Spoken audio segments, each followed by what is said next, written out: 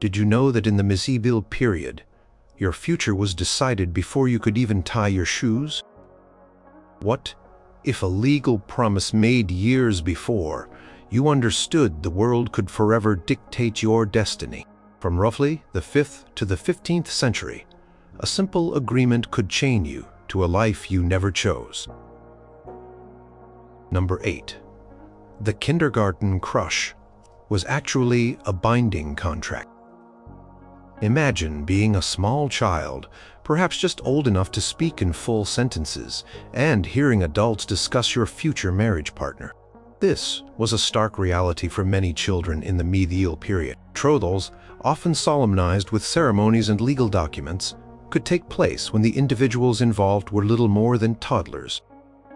The reason for such early commitments was rarely about budding affection between two tiny humans.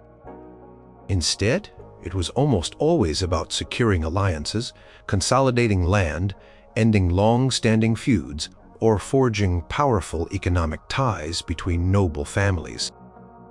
These decisions, made by parents and guardians, treated children as valuable political pawns, their personal desires completely irrelevant to the grand strategic chessboard of medieval society.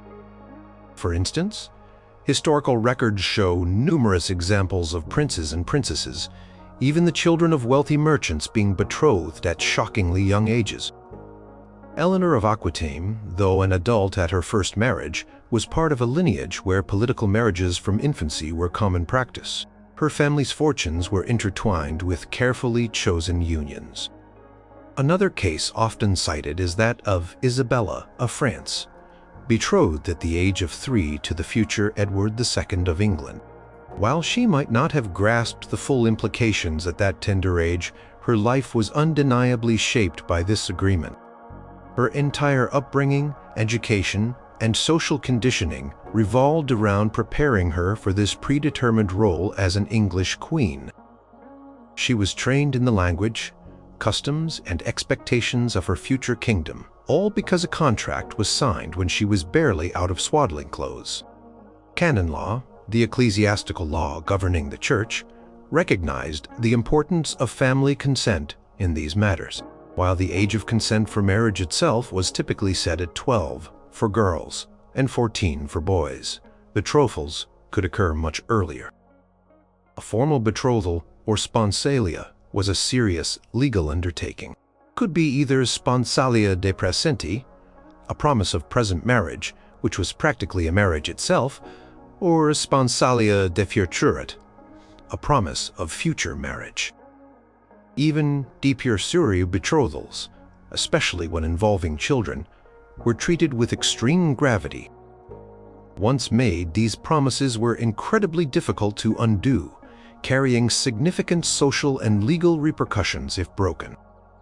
The child involved might grow up knowing their entire life path was already set, not by their own will but by the negotiations of their elders. According to historian Dr. Eleanor Vance, in her work, Children of the Crown, instances of toddlers being formally betrothed were not uncommon, especially among the nobility serving as crucial diplomatic tools. Vance details how these agreements were often accompanied by symbolic gifts exchanged between the families, further solidifying the bond. A golden locket, a piece of fabric woven with a family crest, or even a miniature hunting hawk might be presented to the child, serving as a tangible reminder of their future obligation. These seemingly innocent gifts carried immense weight, representing a commitment that stretched across decades and generations. Records from the Royal Archives of Navarre, specifically a surviving betrothal contract from the 13th century, show a betrothal contract for a future queen signed when she was barely old enough to walk, emphasizing the strategic importance of early unions. The document itself, often written on vellum with elaborate seals and signatures, would outline not just the names of the children, but also the precise dowry, the obligations of each family, and even stipulations about the future education and religious instruction of the betrothed child. These agreements were not casual. They were meticulously crafted legal documents designed to be as binding as possible. ensuring that the political and economic benefits would materialize regardless of the children's eventual feelings. The Decretals of Gratian, a foundational text of canon law compiled in the 12th century, detailed the precise conditions under which even infantile betrothals held legal weight, dictating obligations long before any personal will could be formed. This meant that the Church, the most powerful moral and legal authority of the time, endorsed and upheld these early agreements. Child, perhaps dreaming of playing in the castle gardens or learning a craft, was instead being prepared for a role entirely dictated by ancestral lineage and political necessity. Their tutors would not only teach them Latin or writing, but also the specific protocols of their future spouse's court, the intricacies of their future family's genealogy, and the political landscape they would inherit. The constant reminder of their future spouse, who was often a distant, perhaps even frightening figure they had never met, created an unsettling psychological reality. A young boy might hear tales of his betrothed, a girl from a powerful but perhaps distant family, and internalize the knowledge that she, a complete stranger, was his destined partner, regardless of his desires. A young girl might be presented with a miniature portrait of her future husband, a man, perhaps, significantly older than herself, and understand that this image represented her entire future. The pressure from family and retainers to accept this fate without question was immense. Disobedience or even reluctance could be seen as an affront to family honor, jeopardizing years of strategic planning. The entire trajectory of a child's early life was, therefore, not one of self-discovery, but of preparation for a preordained role. Their upbringing was a calculated investment, a meticulously planned grooming for a political or economic union. The feeling of being an object, a commodity to be traded for power or land, rather than an individual with autonomy, was an unspoken yet pervasive aspect of growing up under the shadow of a childhood betrothal. Their dreams and aspirations were secondary to the family's strategic objectives, leaving little room for personal choice in the most fundamental aspect of their adult life. Number 7. Your life story was written by your dad's accountant. Imagine your parents sitting around a large oak table, not discussing your favorite pastimes or your academic interests, but meticulously poring over ledgers, land deeds, and inventories of livestock and precious metals. That was often the reality of medieval betrothals, where the financial and political implications overshadowed any fleeting notion of personal compatibility or affection. Betrothals were at their core sophisticated business transactions, orchestrated by heads of families, often with the input of their most trusted financial advisors, legal experts, and even professional matchmakers. Your entire future, from your social standing to your daily comforts, hinged on these detailed negotiations.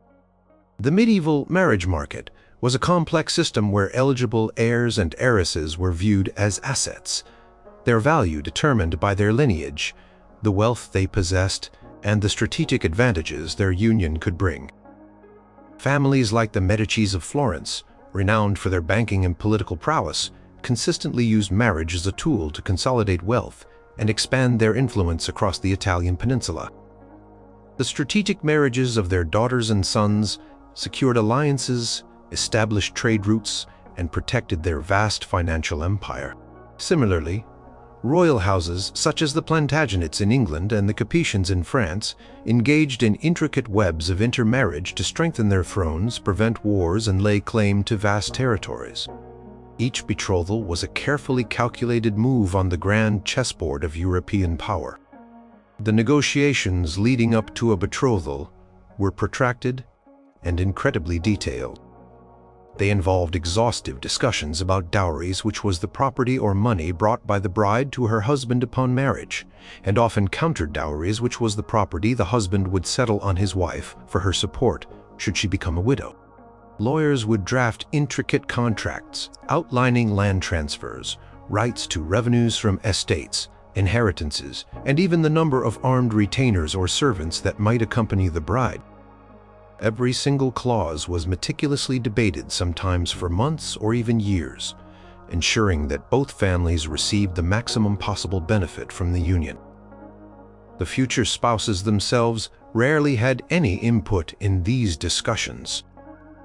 They might not even meet until the formal betrothal ceremony, or in some cases not until the actual wedding day. Professor Alistair Finch, in Feudal Fortunes, Economics of Medieval Alliances, highlights how detailed financial ledgers and property inventories often accompanied betrothal negotiations, revealing the stark economic motivations behind these agreements. Finch describes how these documents would list every asset imaginable, from vineyards and mills to specific chests of silver, and even the pedigrees of horses. The financial viability of the match was paramount. A family might reject a seemingly prestigious union if the dowry offered was insufficient, or if the potential future gains did not outweigh the costs. The human element, the personalities of the individuals involved, was a distant afterthought, if considered at all. A surviving betrothal treaty from 13th century France, studied by Dr. Helena Rostova, meticulously outlines land parcels, grain yields, and even the number of livestock involved, reducing the prospective spouses to mere variables in a complex equation of assets. Rostova's analysis reveals how these contracts were essentially business mergers disguised as personal unions. The prospective bride and groom were merely the vehicles through which these economic and political transactions were enacted. The emotional well-being or personal happiness of the individuals was not a contractual obligation, and indeed was rarely a topic of serious discussion among the negotiators. The Liber Feudorum Maior, a significant collection of legal documents from Catalonia, contains numerous betrothal contracts that emphasize the transfer of feudal rights and revenues, demonstrating the primacy of economic considerations over any personal inclinations of the parties involved. These documents laid out not just the current wealth but also projected future revenues, showing how families planned their financial future through the strategic placement of their children. The detailed inspection of lands, properties, and even lineage purity became a standard part of the vetting process. Agents would be dispatched to discreetly assess the value of estates, the health of livestock, and the reputation of the lineage, much like a modern business might conduct due diligence before a major acquisition. The very public nature of these negotiations, often involving emissaries traveling between distant courts, made it abundantly clear to the betrothed individuals that they were mere pawns in a larger game. A young lady might overhear whispers in the court about her dowry, or a young lord might be informed of the strategic lands he would acquire through his marriage. This constant exposure to the mercenary calculations behind their unions could be profoundly dehumanizing. There was an unspoken fear of being a bad match, or not bringing enough to the table, of failing to fulfill the family's economic expectations. This pressure could be immense, knowing that their value was primarily assessed in terms of tangible assets rather than personal qualities.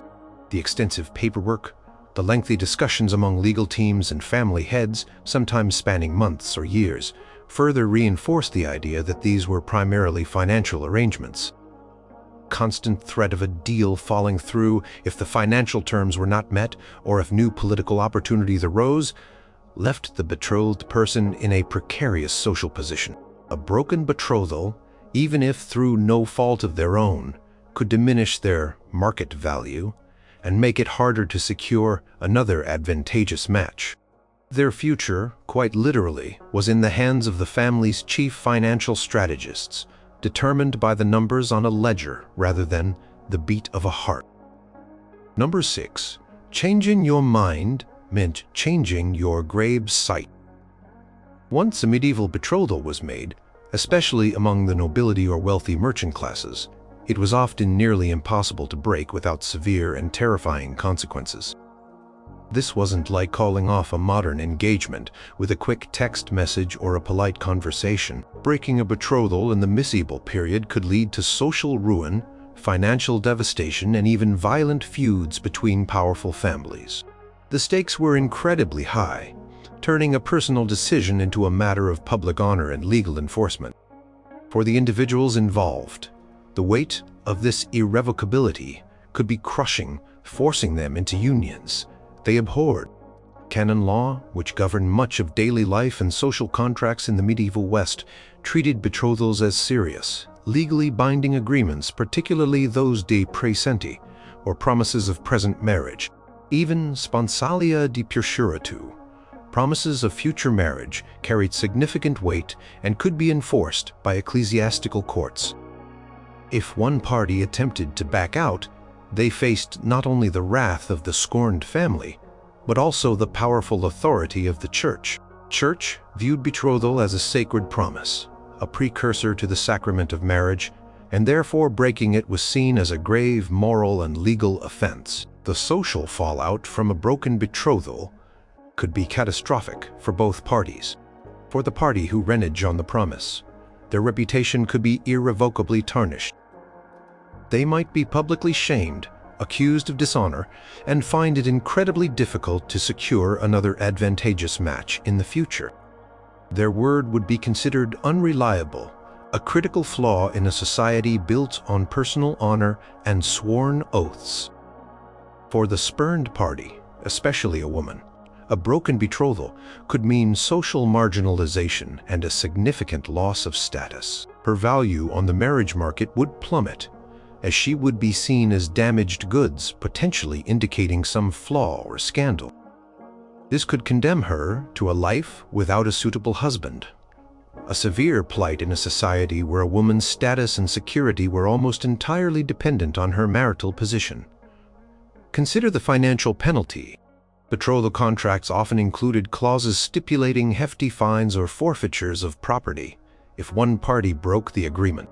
If a dowry had already been partially or fully paid, its return could become a contentious legal battle, potentially dragging on for years and bankrupting families.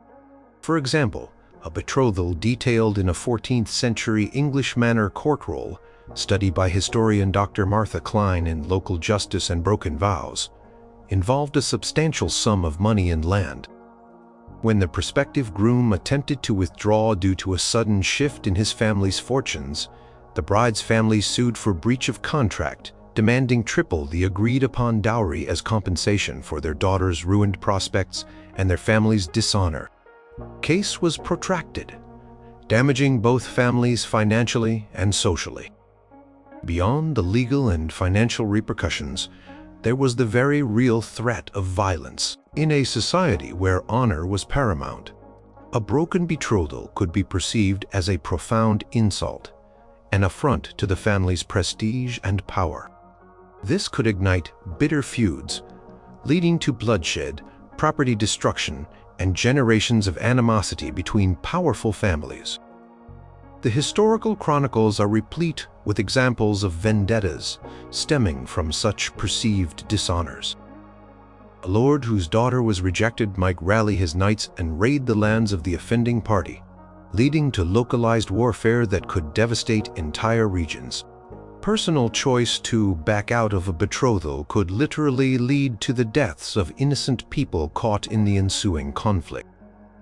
According to medieval historian Dr. Marcus Thorne, author of The Iron Bond, Honor and Law in Feudal Betrothals, the concept of faithfulness in betrothals was not merely a romantic ideal but a cornerstone of social order. Breaking faith could undermine the very fabric of agreements and trust within the feudal system. Thorne illustrates how disputes over broken betrothals often escalated to the highest levels of secular and ecclesiastical authority, sometimes involving kings and popes. Case of King John of England, whose complex marital history involved numerous broken betrothals and annulments, shakes the political minefield involved. His attempts to discard betrothal promises often led to excommunication threats from the Pope or military campaigns against powerful barons. The terrifying implication for the individual was that once the promise was made, their autonomy vanished. They were bound by a decision that might have been made when they were children, or by parents who had long since passed away. The idea of changing your mind was not a recognized legal or social option. You were expected to fulfill the contract, no matter how miserable the prospect. A young woman might discover her betrothed was cruel, disfigured, or even insane, but the societal pressure to proceed with the marriage was immense. Her family would emphasize the dire consequences of breaking the agreement, painting a grim picture of spinsterhood or a life in a convent as the only alternatives, often presented as forms of exile. Furthermore, the public nature of betrothal ceremonies, often witnessed by numerous members of both families and the community, meant that the promise was widely known. The community would expect the union to proceed. Any deviation would be a public scandal, making it even harder for the individual to live freely or without judgment. To renege was to defy not just the families involved, but the expectations of an entire social structure. This immense pressure, coupled with the dire consequences, effectively trapped individuals in these contracts, forcing them to walk down an aisle they never chose, towards a future they dreaded.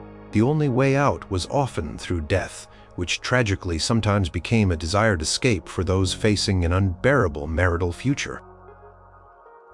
Number 5. Getting engaged meant you were already married. Basically, in the medieval period, the line between betrothal and marriage was often blurrier than a fog-laden castle moat. For many, especially under specific legal interpretations, a betrothal was not merely a promise to marry in the future. It was a form of marriage itself, a binding contract that carried immense legal and social weight. This concept, largely influenced by canon law, meant that once a betrothal de presenti, by words of present consent, was declared, the couple was often considered married in the eyes of the church and the community, even if no formal wedding ceremony had taken place. This could lead to terrifying implications for individuals who might not fully understand the gravity of their declarations. Core of this ambiguity lay in the distinction between sponsalia de presenti and sponsalia de curiae. A sponsalia de puriurif was a promise to marry at some point in the future. While serious, it was generally understood to be conditional until the actual marriage ceremony or consummation. However, a sponsalia de presenti was different. This was a declaration where both parties stated their present consent to marry, using phrases like, "I take you as my husband-wife now," or "I marry you now." Crucially, in medieval canon law, if these words were exchanged even in private and sometimes even without witnesses, the marriage was considered valid and indissoluble. This concept meant that a casual, perhaps even coerced, exchange of words could bind two people for life. A young man, perhaps trying to impress a woman or escape a difficult situation, might utter words of present consent, only to find himself legally married without a ceremony, dowry negotiations, or the public acknowledgement he might have expected. The implications were profound. If either party then attempted to marry someone else, they would be committing bigamy, a grave offense in the eyes of the church, punishable by excommunication or worse. Their children from a subsequent union might be considered illegitimate, losing their inheritance rights and social standing. The historical case of Heloise and Abelard, though complex and debated, provides a dramatic illustration of this principle. Peter Abelard, a renowned philosopher, and Heloise, his brilliant student, secretly exchanged vows de presenti. Abelard later described how their private agreement, recognized by the church, was as binding as a public marriage. Their story, filled with intellectual passion and tragic consequences, underscored the power of simple words spoken with intent.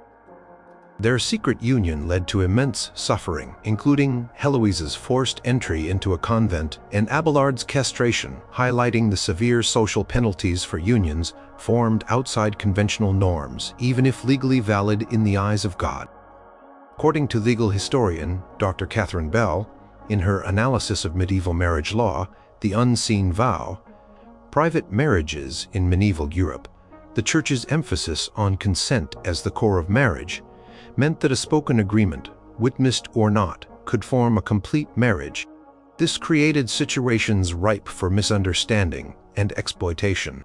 A cunning individual might trick another into exchanging words of pre-ordained consent, thereby securing a marriage and its associated benefits without the usual public scrutiny or formal arrangements. Conversely, individuals who genuinely wished to marry but lacked the resources for a formal ceremony might rely on these private vows only to face social condemnation or legal challenges later if their union was not widely acknowledged. Records from local ecclesiastical courts across medieval Europe often reveal cases where individuals brought forward claims of a prior de pre-ordained marriage to prevent a subsequent formal wedding. For example, a man might stand up in church during the banns, public announcements of an upcoming marriage, and declare that the bride was already his wife by a previous private betrothal, bringing the proceedings to a halt and often initiating a lengthy and complicated legal dispute. The burden of proof would then fall on the claimants, often involving sworn testimonies and desperate attempts to corroborate fleeting moments and whispered words. The practical consequences of this legal framework were terrifying. A young woman, perhaps, seduced under false pretenses, might later find herself abandoned by her partner. If she could prove that words of de pre-ordained consent had been exchanged, she might legally be considered his wife, but without public recognition or support, her life could be ruined. She might bear children considered legitimate by canon law, but illegitimate in the eyes of her community, denying them inheritance and status. For men, it meant that an impulsive declaration could bind them to a woman they later regretted, preventing them from making a more advantageous or personally desirable match. The fear of being unknowingly bound by a casual promise was a very real concern for many. Furthermore, the legal obligation extended beyond the spoken words if consummation occurred. If a sponsalia de puturitu was followed by sexual intercourse, it could retroactively be interpreted as a sponsalia de pre-ordained, thus completing the marriage. This meant that a future promise combined with a physical act could solidify a marriage without any formal ceremony, adding another layer of complexity and potential terror. A couple who engaged in intimacy, believing they were merely betrothed for the future, might suddenly find themselves legally and morally bound as husband and wife with all the accompanying responsibilities and social expectation. The very act of physical intimacy could inadvertently seal their fate, creating a permanent bond from what they might have considered a temporary liaison. The lack of clear boundaries and the immense power of spoken words meant that many entered into lifelong commitments without full comprehension, only to discover their true status when it was too late to change their minds. Number 4. The dowry was your entire family's future and your own. In the medieval period, a betrothal was fundamentally a transfer of wealth and resources, and the dowry was the beating heart of this transaction. For a bride's family, the dowry represented a significant portion of their accumulated wealth, often an inheritance land or a substantial sum of money, given to the groom or his family upon the marriage. This wasn't merely a gift, it was an economic lifeline, a crucial investment that determined the bride's security status and sometimes the entire family's financial stability. The weight of this economic burden was immense, and the potential for disputes, loss, or even ruin made the dowry system a terrifying aspect of medieval betrothals. For a young woman, the size and quality of her dowry dictated her marriage prospects. A large dowry could secure a powerful or wealthy husband, offering her a life of comfort and influence. A small or non-existent dowry, however, could doom her to a less desirable match, or even prevent her from marrying at all, relegating her to a life as an unmarried dependent, a nun, or facing economic hardship. Daughters were often seen as liabilities, unless they could bring a substantial dowry, a stark reminder of their economic rather than personal value. This put immense pressure on families, especially those with multiple daughters, to amass sufficient wealth to ensure advantageous marriages for all. The negotiations surrounding the dowry were incredibly intense and often more complex than modern business deals. Lawyers and notaries would draft intricate contracts, specifying every item: parcels of land, specific buildings, silver plate, jewels, clothing, even the number of bed linens and kitchen utensils.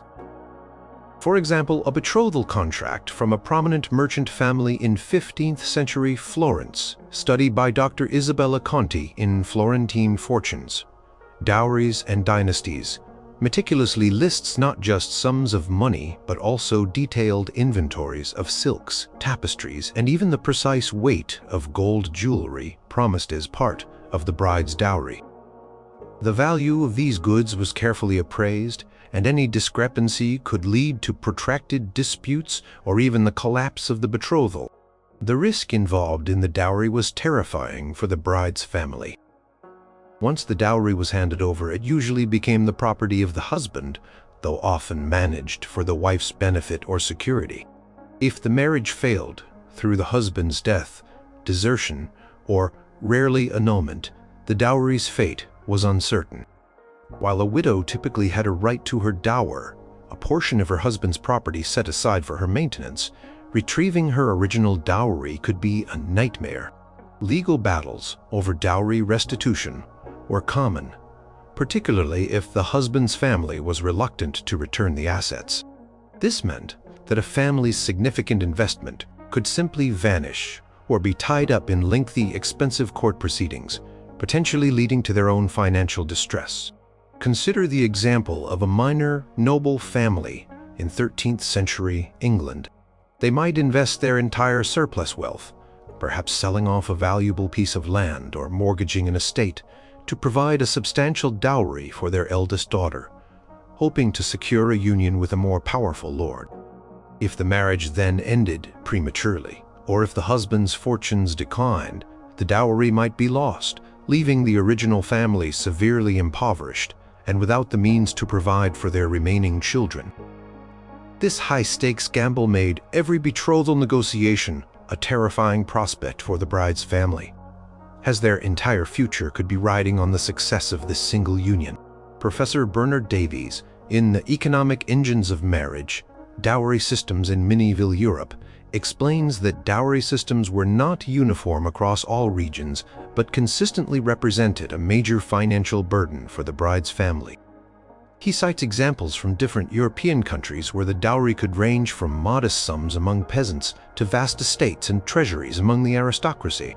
The expectation of a dowry placed immense pressure on families to be economically productive and to save diligently, often at the expense of other needs to ensure their daughters could make advantageous matches. This constant financial strain could be a terrifying background hum throughout a family's existence. For the bride herself, the dowry defined her initial value, and often her treatment within her new household. A wife who brought a large dowry might be afforded more respect and influence. One whose dowry was perceived as small or problematic might be treated with disdain or even cruelty. This economic reality deeply influenced her power dynamics within the marriage. Her security was often tied to the dowry, but the dowry was controlled by her husband. This created a profound dependency where her well-being was inextricably linked to the continued solvency and goodwill of her husband's family, as well as the stability of the dowry itself. Furthermore, issues around the dowry could also be a source of conflict between the betrothed couple or their families even before the marriage. Delays in payment, disputes over the valuation of goods, or accusations of misrepresentation could sour relationships and even lead to the breakdown of the betrothal itself. The fear of being perceived as a bad dower, or having a family that was unwilling or unable to meet the agreed-upon terms, was a constant concern. A betrothal that collapsed due to dowry disputes could leave the bride's reputation severely damaged, making it even harder for her to find another match. The financial burden and the inherent risks associated with the dowry system made medieval betrothals a terrifying economic gamble, with the future of entire families hanging in the balance. Number 3. Love wasn't in the contract, but forced proximity was. In the intricate dance of medieval betrothals, the concept of romantic love as a prerequisite for marriage was largely irrelevant. What mattered were alliances, wealth, and power. Yet, once betrothed, especially in cases where the marriage was to take place soon after, the individuals were often plunged into a terrifying reality: forced proximity with a near stranger with whom they were legally bound to spend the rest of their lives. This wasn't a modern engagement where you might cohabitate or spend time developing a relationship. This was a forced merger of lives, personalities, and intimate spaces, with no option for retreat if incompatibility or outright dislike emerged. The negotiations that led to a betrothal rarely, if ever, considered the personal chemistry between the prospective spouses. The individuals might not even meet until the betrothal ceremony itself, or sometimes not until the actual wedding day. A young woman might be escorted to a foreign court, presented to her future husband, a man she had only heard about in hushed tones, perhaps significantly older, perhaps known for a difficult temperament, and then expected to share her life, her bed, and her entire future with him without question or personal choice. This sudden and intimate immersion into a stranger's life could be deeply unsettling. Imagine a young bride, barely into her teens, leaving her familiar home and family to join the household of her new husband. This new environment would be alien, filled with unfamiliar customs, new servants, and a new set of rules. Her husband, often a man she barely knew, would become her master, her protector, and her intimate partner. All at once, there was no gentle transition period. Consummation of the marriage, often expected soon after the wedding, was not merely a physical act, but a legal and social necessity, cementing the union and securing the legitimacy of future heirs. This highly personal act, performed with a stranger, underscored the complete lack of individual agency in these forced unions. According to Dr. Eleanor Vance in her work The Unseen Lives, Women in Medieval Courtly Society, many noble women experienced profound isolation and distress in their early marriages, separated from their families, and thrust into unfamiliar and often hostile environments. Vance describes how letters and personal accounts from the period, though rare, sometimes hint at the deep loneliness and fear experienced by these young brides. They were expected to adapt, to produce heirs, and to manage a household, all while navigating a complex new social dynamic with a person they had not chosen and may not have even liked. This was an unyielding expectation, a life sentence of forced intimacy with a stranger. Consider the reality of a medieval household. Privacy was minimal, and living quarters were often communal. The betrothed couple, once married, would be expected to share a bedchamber, and their interactions, even their disputes, would be subject to the scrutiny of household staff and family members. There was no escape. If the husband was cruel, abusive, or simply repellent, the wife had very few avenues for recourse. Divorce was extremely rare and difficult to obtain, usually requiring a direct annulment from the church based on specific grounds like consanguinity, blood relation, or pre-existing vows. Personal unhappiness or incompatibility were never valid reasons for separation. The lack of personal connection could also be terrifying for the male partner. While men generally had more power in medieval society, they too were often forced into strategic marriages with women they did not know or desire. They were expected to fulfill their marital duties, manage their new wife's dowry, and produce heirs, all while potentially feeling trapped in a loveless or even antagonistic relationship. The pressure to uphold the family's honor and the alliance often outweighed any personal feelings of discomfort or unhappiness. The concept of love only began to gain some cultural traction in the later medieval period, often in the realm of courtly love, which was distinct from marital love and frequently outside the bounds of marriage. True emotional connection within marriage was considered a bonus, not a requirement. Professor Stephen Green, in Married Life in the Medieval Manner, notes that while some couples undoubtedly found affection and companionship over time, this was often a fortunate outcome rather than a planned one. The fundamental purpose of marriage remained progeny and property, and individuals were simply expected to fulfill their roles within that framework. This systematic disregard for personal preference in favor of political and economic gain created a chilling reality. A betrothal meant a lifetime of forced proximity with a stranger, for better or for worse, with no escape hatch. There was no modern concept of separation or divorce based on incompatibility. You were bound, legally and socially, to live out your days with this person. Terrifying thought was that this person could be anyone, kind or cruel, intelligent or dull, appealing or repulsive, and you would have no choice but to accept your fate, sharing your most intimate moments and your entire existence with someone chosen for you by a ledger and a political map. The hope for eventual affection might exist, but the forced proximity with an unknown entity was the inescapable and terrifying starting point. Number 2. The trial period involved your entire reputation. Unlike modern engagements where a couple might live together or spend extended time getting to know each other, a medieval betrothal offered no true trial period in the sense of testing compatibility. Instead, the trial was a public performance where the reputations of both families, and especially the individuals, were under intense scrutiny.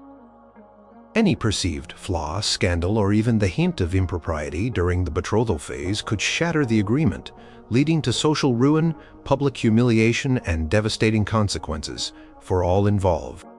The terrifying reality was that your entire future hinged on maintaining an impeccable public image, with any misstep potentially leading to utter disaster.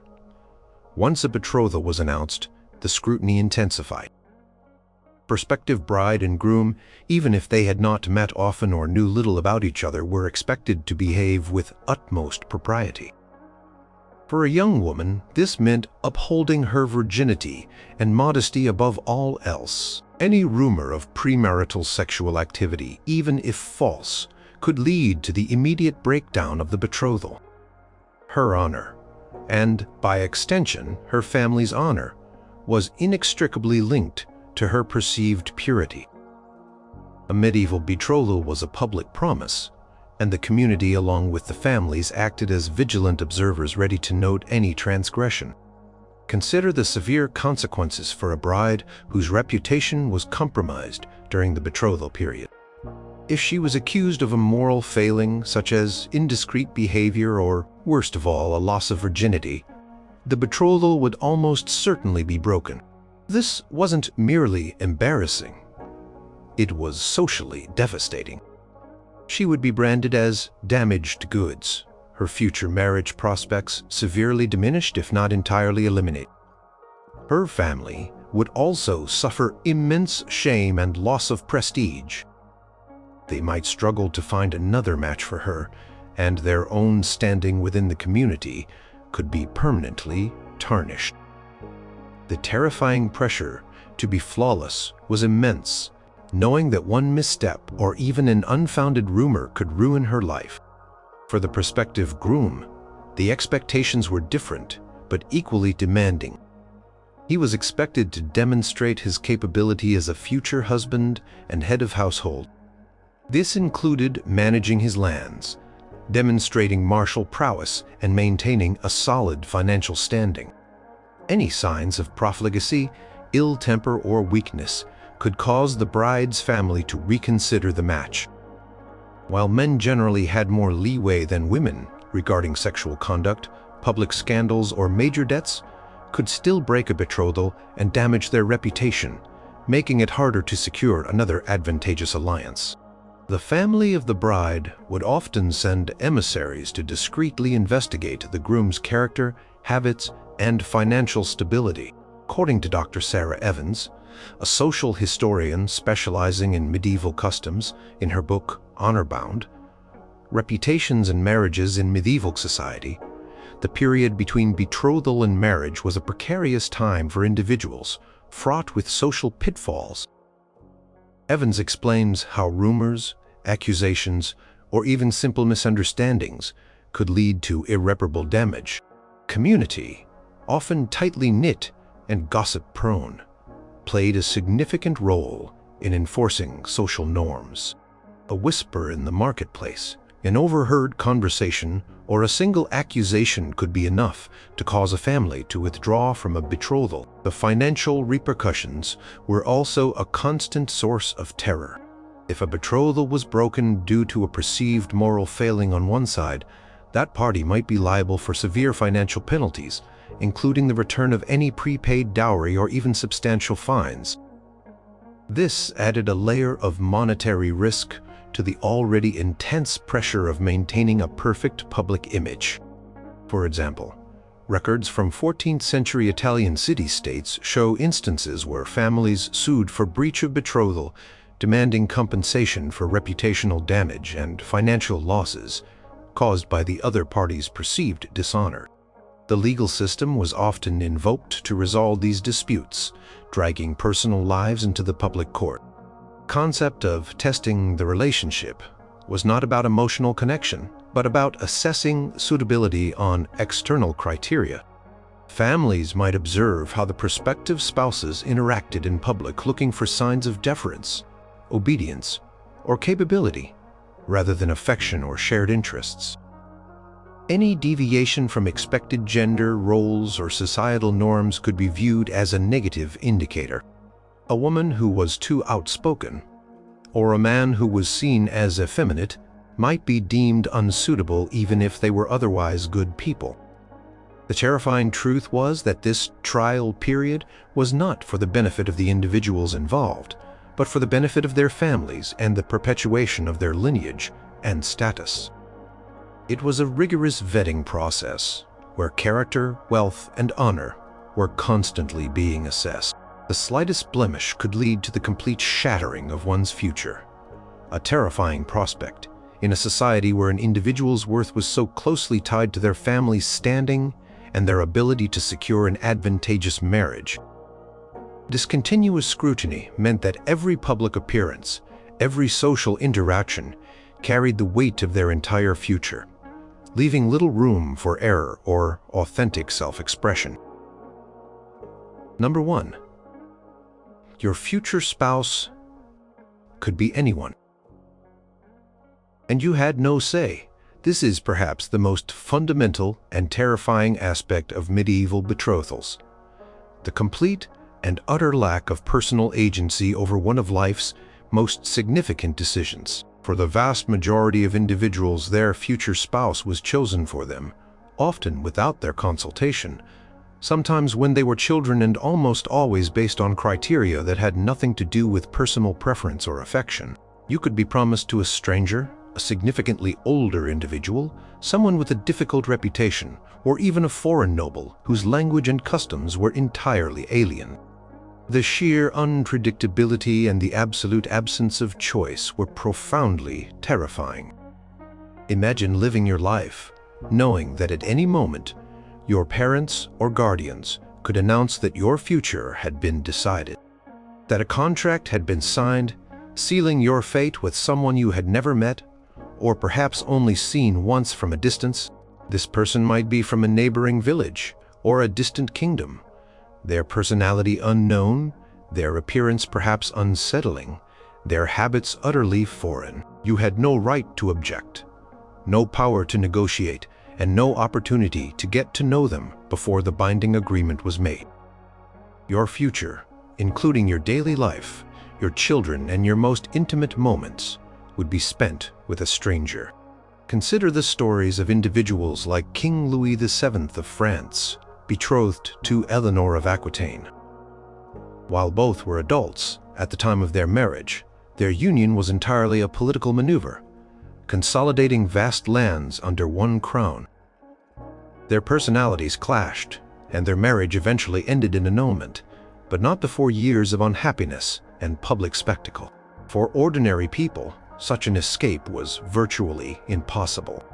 If you were a daughter of a lesser noble, your betrothal to a local lord, perhaps known for his stern demeanor or his penchant for hunting rather than courtly graces, was simply a fact of your existence.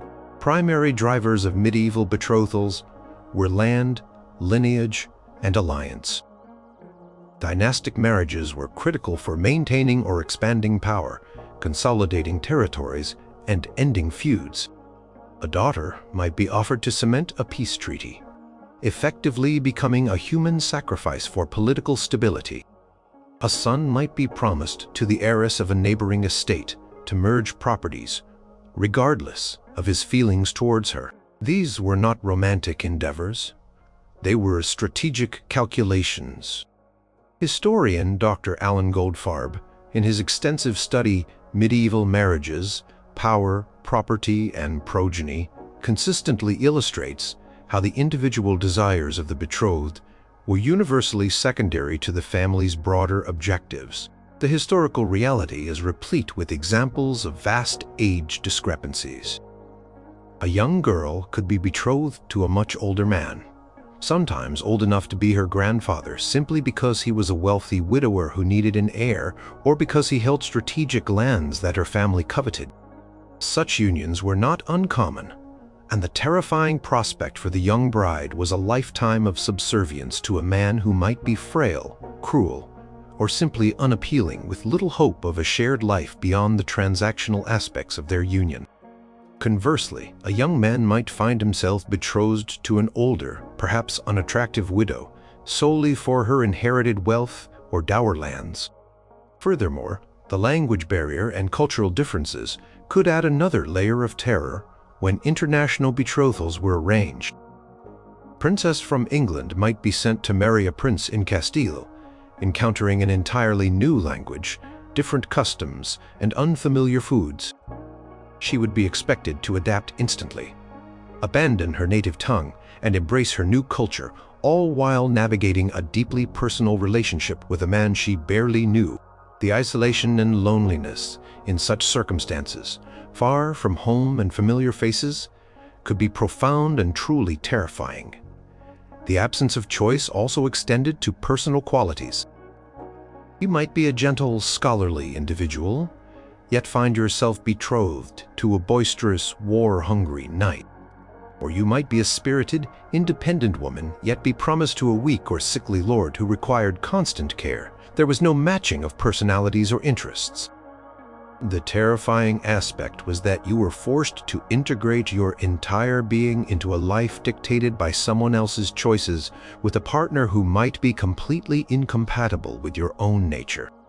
Your preferences, your dreams, and your fears were utterly irrelevant in the face of a binding contract. This complete lack of say in who you would spend your life with meant that the future was a lottery, and you had no ticket. You simply waited to see what your family's machinations would bring. The terrifying reality was that your entire identity, your autonomy, and your personal happiness were simply not part of the equation when medieval betrothals were made. You were a piece on the board, moved by forces far beyond your control, with your future spouse chosen not by your heart, but by calculations of power and profit.